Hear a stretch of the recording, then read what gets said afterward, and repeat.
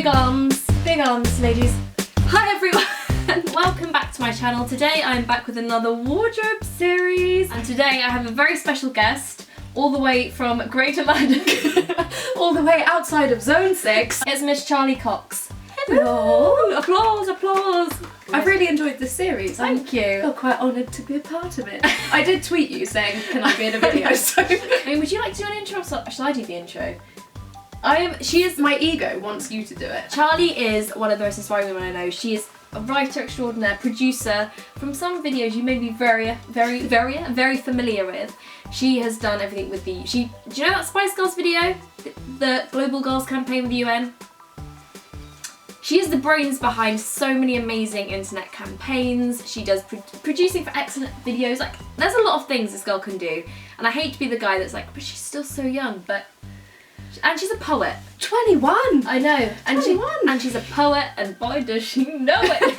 I feel like I'm a really interesting, fresh part of my career at the moment, where I'm having a bit of a rebrand. A personal rebrand. Having a bit of a personal rebrand. I genuinely sat in a coffee shop the other day and wrote Charly 2.0 in a bit. We all have to have those 2.0. Like such an arsehole. But yeah, so poet, writer, was once producer and digital consultant. I feel like, writer is your primary. Yeah, I'm trying to own that. Trying to own the poet thing at the moment. She bloody does. If you haven't read any of her poems or listened to them, primarily, go over to her Instagram now because they are amazing. Today I'm here to talk about Charly and her wardrobe because as well as being all of those amazing things, Charly dresses bloody well. And you've got the most incredible selection of clothes you've pulled out. I've seen them. I've seen what we're talking about today.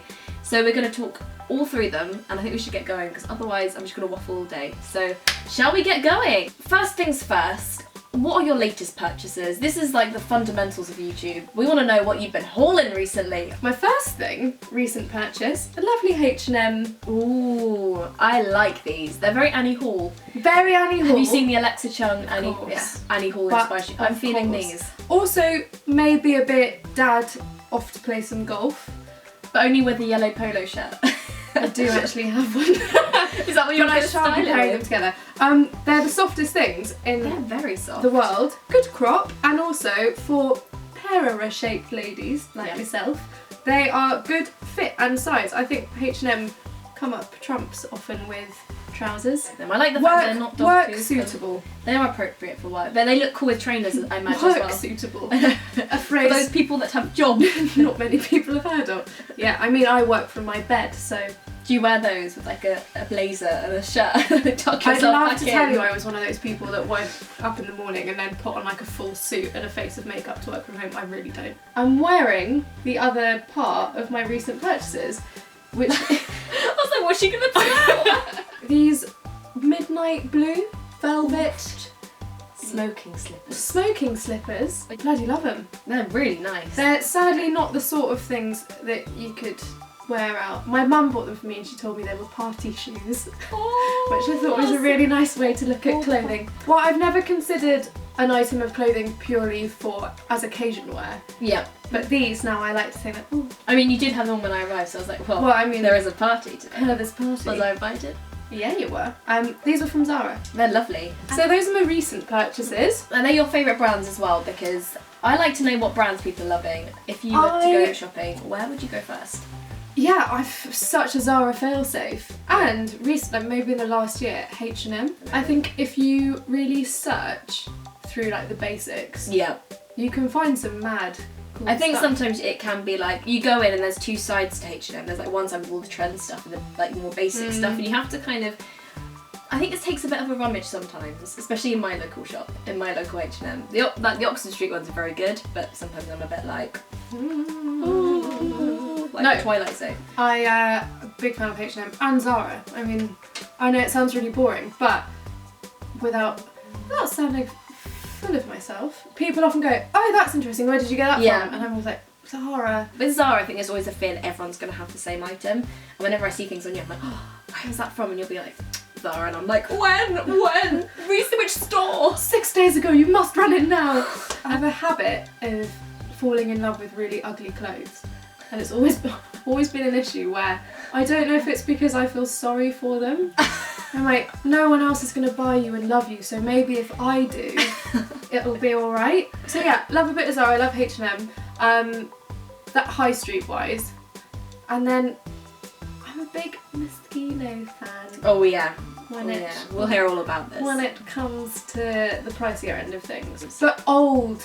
Yeah, old school. Old school. I think there is a real charm about designer vintage. Like there's something a bit more almost luxury about it, because it kind of feels like it's a lot more, I don't know, not exclusive, because you feel like you've really got a gem. And I think that is primarily what designer and luxury was about. Well, I guess as well, because it's very hard, I think, now to differentiate between what has come from the high street and what has come from designer, because people are copying so closely, which is great and fantastic, and thank the Lord, because it's Zara instead of Prada. But I don't know, there's a charm about the way, particularly Moschino, they used to design things. And it's very good. And it was all just a bit more mad. Yeah. Do you want to talk through your... I really want to talk about it. I keep looking at it here. Like these are some, like, so would these fall under your most sentimental items? This, actually, do you know, this does fall under a fairly new purchase. Ooh. But also, if I was in a fire... Yeah, so this is what you'd rescue from a fire. I think I'd rescue it from a fire. This is the most ridiculous piece of clothing I think I've ever seen. But I found it in a charity shop for £25. That's nuts. I thought, is this a bit too out there and a bit fancy dress box? But actually, with a white shirt and some jeans and some heels, kind of chum, kind of like a chum vibe. Yeah, very chum. What are the most sentimental pieces in your wardrobe? Because I like to hear about those pieces that people have had for years and cannot let go of. I've become more and more sentimental about my clothes in the last maybe year and a half, because I've tried to not buy as much. I'm very guilty of doing, like, I used to go into Topshop maybe twice a week. Yeah. I was working then. But yeah, my fashion and my choice of clothing was so disposable, and now I think I've got a good collection of stuff. One of those things is this pair of Acne jeans, which I know. Oof, I've never felt a pair of Acne jeans. Have you not? So clean your out a lot. Please touch. They've got great a zip. But the zip is on the bum. One did not expect that. So they're sort of like a jegging at the front. Like a jodhpur. Like a jodhpur. It's what happens when you live outside of his own state. Just become really horsey. When I got my first job at Burberry, all the stylists wore Acne jeans, and I was 16, and all I had in my head for maybe like 2 months was, I've not made it and I'm not a grown up until I own a pair of Acne jeans. And I finally got my hands on these. Oh girl. Maybe like 6 months after I started the job. I've had many a mishap in them, as you can imagine. The first time I think I ever thought I got recognised on the street, these two girls came running after me on camera. She was like, "Are you Charlie?" And I was like, "Somebody knows who I am." I was like, yeah, I am Charlie. And your cracks out. And she said, I thought it was you. I had to stop you because the zip on your jeans is down. And I've been walking down, like, through central London with my bum out all afternoon off the back of things I would save from a fire. Is this jumper, which it's sort of the loveliest thing I think I've ever owned. Which is not like me at all, because it's a man's super dry jumper. When I was 15 or 16, I met this boy called Noah. Hello Noah, love Noah. At a place called Marlow Regatta, and very fancy. It wasn't for us then. We didn't pay to go. We sort of were in the field just outside. Yeah, okay, I was going to say, were you boating? No, it wasn't boating. It was swigging drinks from my handbag. Sidley. Yes. It got to the end of the evening and I was really chilly, and he gave me his jumper. And this was it. And then I went to give it back to his sister at school the next day, and I smashed a bottle of perfume over it, and his hair on it. Just sort of came back and forth into my life whenever I saw him. He seemed to be wearing it, and then for my 21st birthday he wrapped it up and gave it to me. And you were like, could you not have spent a bit of money? Yeah. Someone's poor.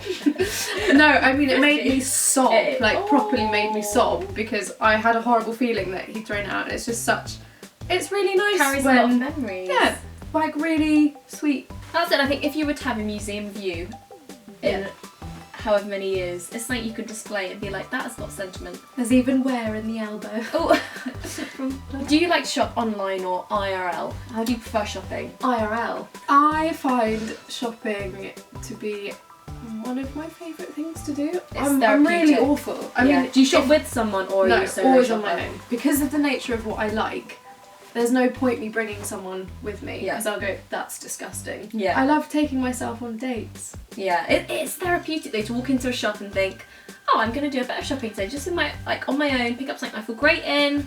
Don't need anyone else. Exactly, and even if I don't buy things, I love trying stuff on and like mixing and matching and like spending maybe an hour in a changing room. I'm really sad. I also think the danger with online shopping is I could spend an awful lot of money very fast because it's not in front of me. Yeah, and you kind of don't see the value of things. You're kind of like, pretend, and you don't have that time to really like consider things or feel them. Exactly. And what's your most loved item in your wardrobe? There are two things. I feel like I've got a sneak peek here. I'm like, I wonder if I could wear them together.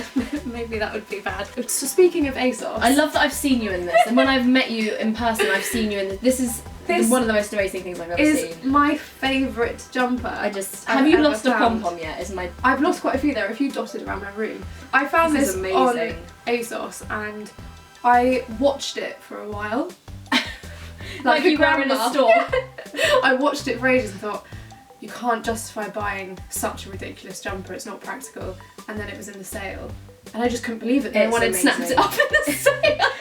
Where is everyone? Why is no one buying this ugly jumper? It's so subtle. But I got it and it came in the post and it was the happiest day. I bought it actually in a big haul of stuff that I was supposed to be taking to New York with me for the United Nations General Assembly. And I put this in my order thinking, oh, I just won't wear it there. Yeah. I did. I wore it on the flight to New York and as I landed, my boss saw me and went, bloody hell, it's Bobo the Clown. And I thought, that's how I know that this is for me. Yeah, that is how. For some reason, that gave me so much confidence. If I was an item of clothing, I would probably be this. It's fun because I think the core of it says sensible, but the real exterior says I can have a good time. And then my second favourite thing is these jeans. Solidarity, unite, our future and our choice. They are so cool. Lovely messages as well as lovely jeans. But top tip, I sprayed them with water in a bath and then like lay them flat on the floor, put my feet here and teased them wider and they went from a size 8 to a size 12 in no time. Just sprayed with water. I love them so much. I'd wear them all day every day. If I could. If I wasn't in pyjamas most of the time. I was going to ask you about your desert island beauty favourites because I like knowing about people's beauty and I like knowing if there's any products that if you were on a desert island. Bio oil and frankincense oil. Frankincense oil. Where do you get that? Sorts everything. Any good whole food wholesaler. Put it on your spots. Dries out. I literally never heard of. You dilute frankincense oil in bio oil. Then you put it on harsh acne, and it's and also really calming. It's great for anxiety and nerves, and sends you to sleep. It is my dual. What does it not do? Would be easier. Origins ginseng refreshing face mask. Oh, I love this. This is good. It's like I get serious puff face in the morning. I don't know if that's a technical term. And this every morning before I put makeup on. Smells great. It smells so fresh. Oh, nice. But I really like it. It doesn't irritate your skin and it doesn't do anything to your pores. It doesn't do anything dramatic. It just calms your skin. And number 7, Stay Perfect foundation. Is that how you're staying perfect today? I've been through so many high-end foundations. Yeah. This one I think is just as good as something on the money. Before I go, what's next for Miss Cox? We've got a book, hopefully, in Can we say this? Can we? Yeah. We can say Oh my book! And also, I'm doing. This is a great thing for me to plug. I am doing on the 9th of May a charity poem reading night. Ooh. It'll be me, the lovely Rosalind. Fave. Who I'm hoping to get sitting in your seat seat my god, soon. get her in. Her wardrobe. Get her in. Oh. I'm going to be reading some poems Amazing. in Portobello Road, raising some money for mental mental health. 9th of May. 9th of May. In the diary. It's going to be in my diary in a minute because I'm going to be there with bells on. Yes, throwing bras at the stage. Yes. Oh, it's my first time performing poetry, so I'm so excited. A little bit nervous, but excited. That'll be amazing. Thank you so much for joining me in your room. Hey, I mean, come back anytime. Thank you so much for inviting me into your room. Never been this tidy. It's beautiful. Yeah, if you like this video, give it a thumbs up, subscribe, do all that stuff.